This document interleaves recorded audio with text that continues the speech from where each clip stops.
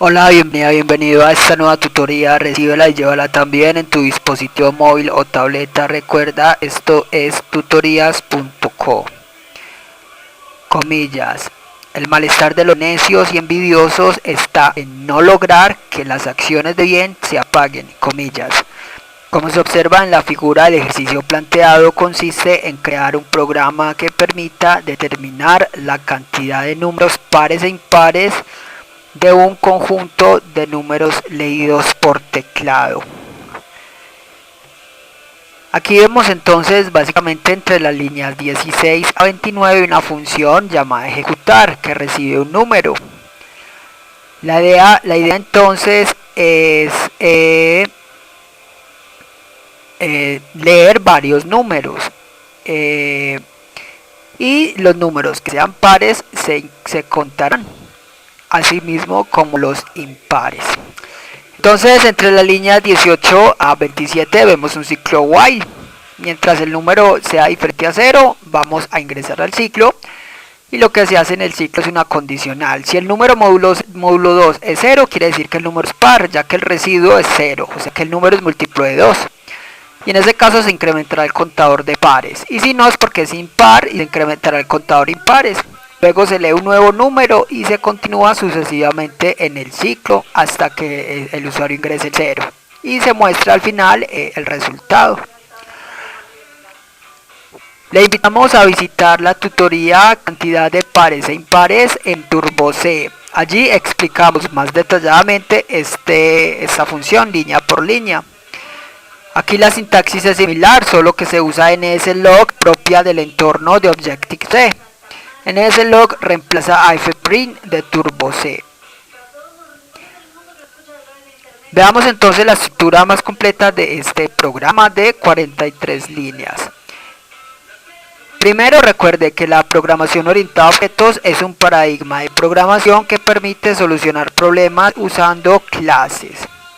Las clases se componen de atributos y comportamientos. Entonces, esta programación permite crear programas flexibles, portables y de mejoramiento continuo.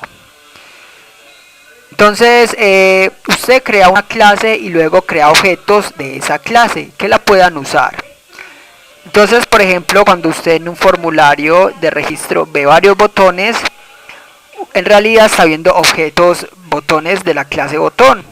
Entonces esos objetos botones reutilizan la clase botón.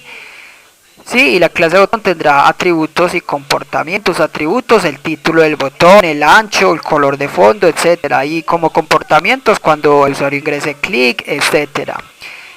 Y por cada botón que se cree, entonces será un objeto que reutiliza la clase botón. De esa manera se reutiliza el código de manera inteligente. Bien, entonces para programar orientado a objetos en Objective-C se usan dos bloques de código principal, que son la interfaz y la implementación.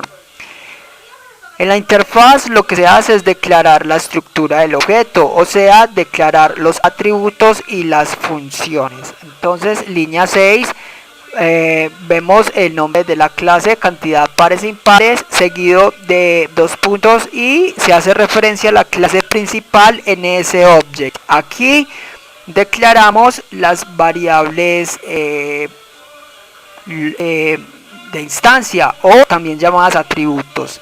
Para este programa vemos que declaramos como atributos el contador pares y el contador impares de tipo entero. Entonces, estas variables pueden ser accedidas desde cualquier método de la implementación. Ya con esto entonces tenemos los atributos. En la línea 7 se declaran las funciones de esta clase, solamente una función. Vemos entonces que primero indicamos el nivel de la función, con menos indicamos que es un método de instancia. Luego el tipo de dato que retorna, en este caso vacío, o sea, retorna void, o no, que retorna... el void en realidad no está retornando datos, sino vacío, no hay retorno de datos de esta función ejecutar, el nombre de esta función. Por último irán los parámetros, entonces estos van separados por dos puntos. Recuerde que un parámetro se compone de tipo de dato y nombre de variable. Entonces aquí vemos que la variable número recibirá un valor de tipo entero cuando sea invocada. Con esto queda definida la interfaz. Ya se definió o declaró las variables globales y los comportamientos o funciones de la clase cantidad pares impares. Ahora vemos la implementación entre las líneas 10 a 30. Lo que se hace en la implementación es programar las funciones que se declararon en la interfaz. O sea, para este caso se programa la función ejecutar. Internamente el compilador lo que hace es importar la interfaz para saber que cada método que se vaya a programar ya haya sido declarado.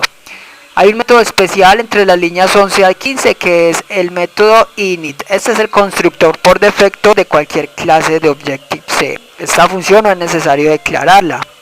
Entonces init es un constructor que por lo general lo que hace es inicializar las variables de instancia. Para este programa entonces, como tenemos dos contadores como atributos o variables de instancia, los inicializamos a 0 en la línea 13. Esta función es invocada cuando se instancien objetos de esta clase. En la línea 39 vemos que se invoca el método init, ya que se reserva un objeto. Y en línea 16 a 29 está la función ejecutar, que sí fue declarada en la interfaz y que se encarga de solucionar el problema. Vemos la interfaz entonces, en la implementación, línea 16, la cabecera de esta función, igual a como se declaró. Observe que esta función se invoca desde la línea 40 y se le envía un número, un valor numérico, que lo recibe precisamente en una variable también llamada número, pero puede tener otro nombre, el mismo que como fue declarado en la línea 7. Entonces ya con esto se recibe el dato y se procesa con la lógica del programa. Ya con esto tenemos la interfaz y la implementación. Por ende, la clase cantidad pares impares.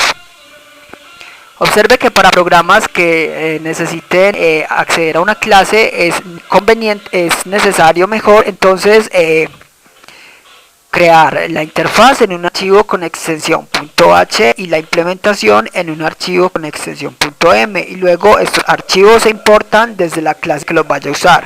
Con esto se evita copiar y pegar todo el código en la clase que lo vaya a usar, como en este caso, que todo está empaquetado en un archivo, toda la clase y el programa principal, o sea el main. Entonces, para crear objetos de la clase vamos a hacerlo en el main, precisamente entre las líneas 32 a 43. El main, recuerda, es el método de inicio del programa. El main, entonces, entre las líneas 34 a 37 pedimos al usuario que ingrese un número, un valor, lo almacenamos en la variable número. Este valor se le enviará a la función ejecutar. Primero hay que crear un objeto a esta clase. En la línea 39 vemos que se nombra la clase cantidad pares impares, seguido de asterisco y seguido de obj. Aquí lo que se está haciendo es crear un puntero a la clase cantidad pares impares. Para hacer que ese puntero apunte a un objeto de esta clase y poder usarla, vamos a instanciarlo. Entonces observe, se invoca el método alloc de la clase cantidad pares impares. Con esto se reserva memoria dinámica para esta clase. Luego se invoca al constructor, o sea al método init. Con esto ya queda definida la estructura del objeto. Y obj ya apuntará a un objeto de la clase cantidad pares impares. Ya solamente resta entonces por usar la clase, que simplemente es invocar la función ejecutar. En la línea 40 entre corchetes nombramos el puntero seguido de la función, en este caso ejecutar. Y como parámetros le enviamos un valor, que en este caso es la variable número. A parámetro irá separado por dos puntos y estos parámetros pasan por referencia, ya que obj es un puntero. Con esto el compilador salta de la línea 40 a la línea 16 y soluciona el problema. Por último, línea 41 relays. Es un método que se encarga de liberar la memoria dinámica creada. Esta fue la tutoría del ejercicio crear un programa que permita determinar la cantidad de pares e impares de un conjunto de datos leídos. Repasa la teoría, resuelve nuestro test y practica un algoritmo en el tablero. Si esto te gustó o no, te invitamos a discutirlo y valorar la experiencia de esta tutoría. Recuerda, esto es tutorías.co. trinamos como @tutorías.